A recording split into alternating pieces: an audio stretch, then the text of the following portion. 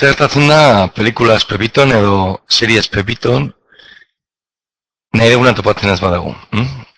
Bueno, nik erabiltzen dudan beste orrialde bat, series li izenekoa da. Baina hemen sartu izateko gonbidapena behar da, bai? Hau da, registratuta egon behar da, eta gonbidapen bat jaso behar da, bai? Nik bidali dizuet zuen emailera, sarrera bandejan ikusten ez badezue, baliteke spamen artean egotea. Bueno, sakatu, sartu ingo naiz, eta hemen, gainean, izango dut bilatzeko aukera. Orduan pelikula bera bilatuko dut,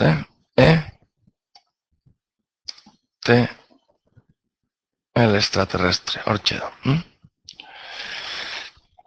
Bai, hemen hartzen zait fitxa txiki bat, zendin aktoreak eta bar, trailerra, pelikula horrekin lotuta daudenak, notizia, kritikak, baina interesatzen zaidan hau da, enlaces, loturak.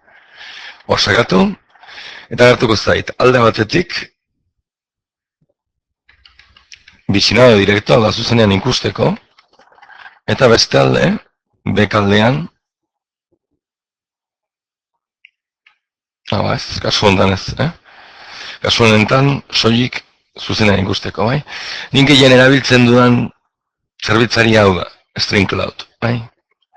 Sakatu, 15 segundu itxuen marko ditut.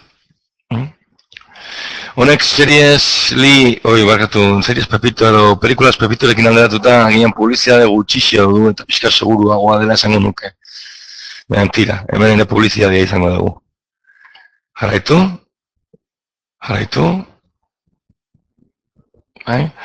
Pornoa nahi gaina, ikusiko dugu.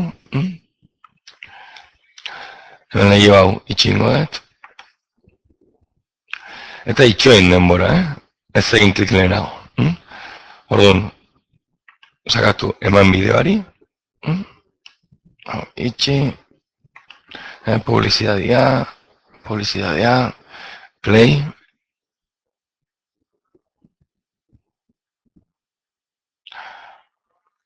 Eta hortxe daukagu online ikusteko modu. Deskargatzeko esan dizuet, enlacesera jotzeko, eta behian egon behar dula. Eta egoten da normalean, albazen polikibo behiratzea. Hoixe, Endo deskargatu nahi zenezkero, hortik beherako batean sakatu beharko dut. Demagun hementxe. Jarraitu. Eta lehengo adibidean ikusitakoa, bai?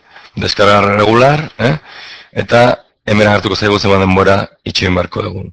Orain 52 minutu agertzen dira, ez diralako jarraian bi pelikula deskargatzen uzten, naiz eta orrialde ezberdinetakoak izan.